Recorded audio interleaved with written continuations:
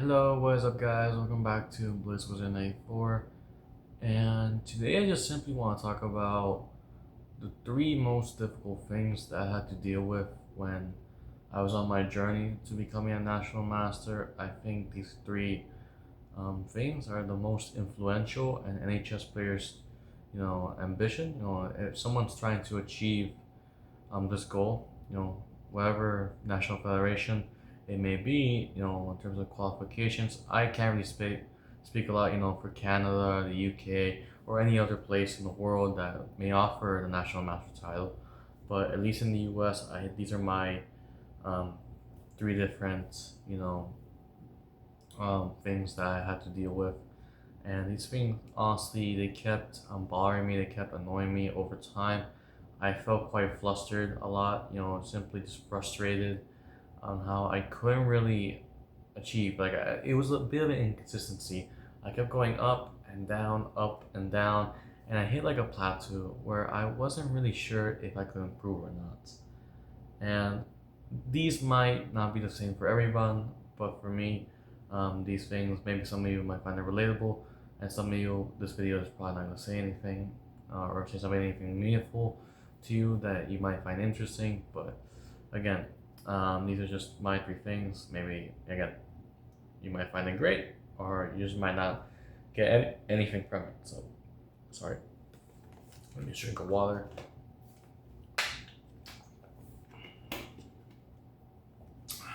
Again, for many of you who are new to the channel, my name is Brian Amaya. I am a chess national master.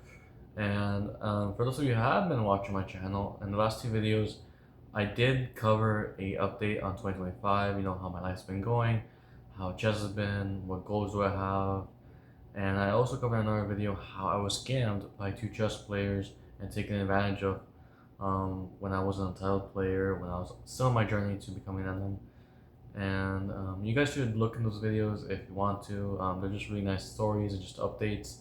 And this isn't really going to be much of a story video. It's just simply going to be my advice on these three things if you are struggling with them, and these three things in general. So again, let's get into it. So number one, this has to be the hardest thing, if not one of the hardest things that I've had to deal with, and that is the motivation. I think this is just for anyone. Anyone can find this to be a relatable thing. And what I mean is like my motivation. Maybe people want to say motivation, they're just saying, okay, having the will, simply, having an idea, having a goal in mind that, you're motivated for something, just in general, you're motivated and have that idea in mind. Now, the perseverance to continue beyond that, having the will to go towards that goal, even if things aren't going your way. That is something which a lot of players struggle to deal with, and that is something which impacts a lot of chess careers, because you must have motivation and you must also have perseverance. You must have the obsession and the ambition to go all far beyond, even when things again aren't looking to be going in your own favor. And you are going to experience a lot of tough losses, and you are going to be experiencing very bad days. But again, you have to look up from those bad losses, from those bad days, and keep moving forward. And that is one of the hardest things that any chess player can do, knowing how to stand back up and just play another day. There are losses from rounds in tournaments which may just stick, like a needle in your chest, and you're simply thinking, "There's no way to come back from this." But you gotta remember that it's not the end of the world. It's not something that is gonna kill you and give you a heart attack, unless you're in Final Destination. By the way, check out that movie. Um, but again, you just gotta have your head up. I know it may look tough. I know you may be suffering or feeling very depressed that just improvement isn't probably going the way you imagine it to be.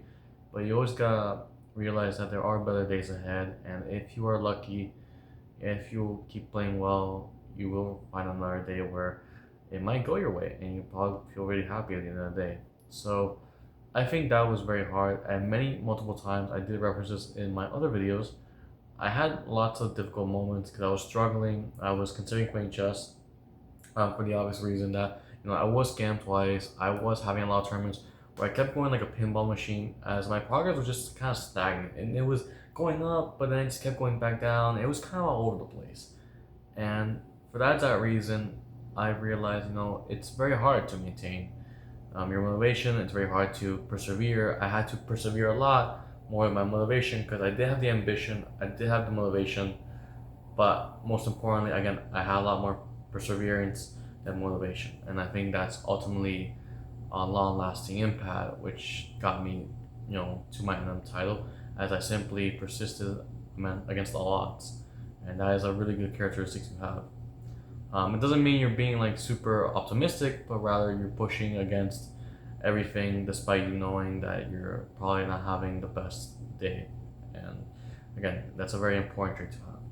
So, number two, and this is a very crucial one, which at any level, maybe it's not important in lower levels, but I do recommend you guys to still start doing it anyways at any level.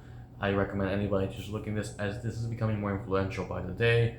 And looking at this generation, it's only gotten more clear how much of a nuisance and a pain in the ass this is going to become, and this is just gonna really, it's changed the world. It changed the world of chess, but it's just gonna make it more crazier, and it's gonna make it more depressing if you are trying to become a professional chess player, because you might be playing well, you might be a good chess player, but at the end of the day, if you get hit by some of these things that you're not prepared for, at the end of the day, you are gonna get smashed, and it will suck because you really feel like you didn't do anything wrong, but again, it's just the world we live in, and that is opening preparation.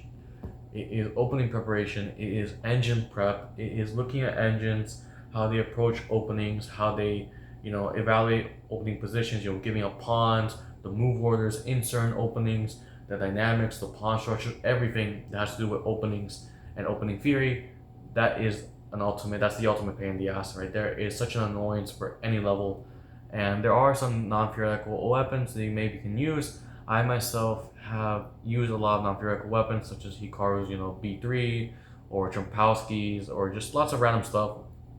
I don't know why I keep saying like Hikaru's B3, but Hikaru, he did influence us a lot as he is the main elite GM who, online, he always kept playing B3 against anybody, knight 3 B3, and it's something that I simply decided to use because, why not? And there are so many other people like myself who are NMs and they still use B3 as it's just such a wide multiversal opening, and it's just very universal. And simply, the reason why you see people nowadays just playing non-theoretical sidelines or people who simply just don't want into the main lines play other random stuff is simply again because there's so much prep, there's so much things, so much computer calculation that just gives you so many complications where you're gonna have to eventually burn a lot of time to find the right moves, to find the only moves. And if you don't find the only moves, eventually you're gonna get into a position where you already lost on move 10, move 15, and eventually you're not gonna be able to hold it all together, you're just gonna crack. And the moment you crack, give it or not, you're just gonna realize it is already game over, it is the beginning of the end. And that is honestly one of the worst fears as a chess player, knowing that you just came to your board, you came to the table, you're ready to play a good game, and just nearing move 20, you already feel like, yeah, it's over. And no player should ever have to go for that feeling. It's something that I try to prevent nowadays. I simply try to be well prepared. Again, if you do not prepare openings, or if you do not have like a setups or some openings where maybe they're not theoretical, but you have ideas like where you know that you should be fine or that it should be playable, you are going to get destroyed and you're going to be in a world for hurt. And I do not want you to have to go for that. So again, just be prepared, be ready, at least have something. Don't just go out of the gate just being automatically smashed. Have something to which even if people do prep up against it, it's something that's playable and it's something where even if you're slightly worse, you can still maybe get out of it. Again, we're in a world where Magnus Carlsen just popularized the use of engines and it's only gotten worse. It's gotten more chaotic. Eventually there's going to be an apocalypse in the future where if you don't know even the first 20 moves, it's over. So yeah, that is number two. Now number three, this is more of a side thing. I believe that not a lot of people can relate to this. Some people can. I believe in the U.S., many people can relate to this. Not and also around the world as well, but not a lot of people can. But some people can. For those who live not that well, like they don't have a lot of money. I think this is or even those who have a little bit of money, it doesn't matter. Number three is simply, having financial income. It's simply being able to save a little bit of pocket cash and just simply have the opportunity to pay for tournaments, find these tournaments where they're kind of cheap and simply be able to pay, to get there, with gasoline, with hotel, with food, taking account the amount of money you lost and simply just being able to save something to, sponsor yourself for more tournaments. That is the more ideal, solution. And it is something which you gotta be very crucial when managing, especially trying to be an NM, because just again, many people think that it's pay to win, including chess.com, who has this propaganda that if you buy diamond membership, eventually you can learn and improve chess and you can become a really strong player. And that's pay to win. But again, I've said this to many people. I've said this to friends. I've said this to family. I've said this to people, who are teammates, and they always ask me for advice, and I kept saying, look, it's not pay to win, it's pay to lose. Because at the end of the day, you're gonna lose more money than you win in chess tournaments. Every chess player knows this, and if you're lucky, you can break even or just win like a few measly $100. Unless you're a very strong player, you're not gonna win a lot of money. And even if you're that strong, you're most likely not even gonna be consistent in winning that amount of money. You're just gonna be on and off. So I am a strong believer in thinking that whatever type of money you win, at least try to preserve it, try to save it, and simply just be very cautious with the amount of money that you spend.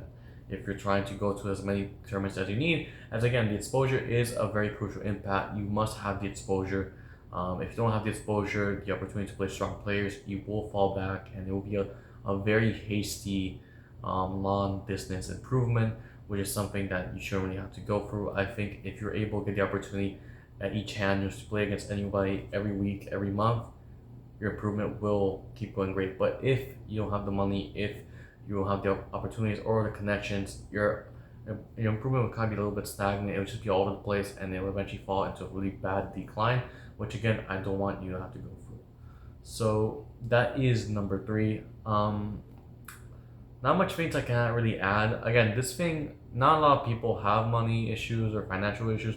I myself had to find a lot of cheap tournaments and tournaments that were, somewhat expensive, but at least they were, they weren't that bad. They were affordable. I had to go with my friend. I had to go with a group. We went to with a car and like a hotel or Airbnb, and we split. That's just a normal, rational thing to do, especially when we're trying to go to, just normal local tournaments. Now again, when you go and travel around the world, it keeps getting even worse because you have to waste a lot more money, but it is the only real way to improve. But again, just because we're talking about a national master and not something like an FM title or CM or just FIDE titles in general, we don't have to really discuss much about these types of titles. We're just talking about NM, and the thing about NM is that it's something that can be achieved locally, and simply just because I'm in the US, I was just going all locally in my state, simply for an entire 2-year grind, simply taking buses over and over, playing these cheap tournaments or at least somewhat affordable tournaments, and eventually the grind paid off with my hard work ethic, and I was able to become NM. But if we're talking about FIDE titles, which is not what's being talked about in this video, again, you're gonna have to waste a lot more money as FIDE tournaments are limited, but local tournaments, they're a lot more open and a lot more accessible. So overall, these are my top 3 things that were a lot difficult that I had to deal with while becoming an NM. Hopefully, again, for money, again, as I said, you preserve a little bit of money, and the more cash you save, the better it will be. You'll have to be able to play more local tournaments. Number 2, opening theory, play something that even if it's slightly worse or like zeros, but it just gives you a position which maybe will I prefer to your side, it's still something that works. It's something that can be played, something that can be accepted. If not, just again, go hit the books, go study a little bit more, understand fundamentals, your pawn structures, the ideas, the middle game plans, how to coordinate your pieces, stuff like that. And number 1, again, the motivation. Some days you're gonna feel like killing yourself. Some days you're gonna feel super happy. But I'm telling you, if you're able to look past all the complication, against all bad odds, you're eventually gonna get back up and you're gonna say, okay, I can do this. But yeah, overall, these are my top 3 things, and these are my ways to maybe recommend some advice. Hopefully you guys find it useful. Make sure to like and subscribe, and may you guys have a nice night. WizWizard out.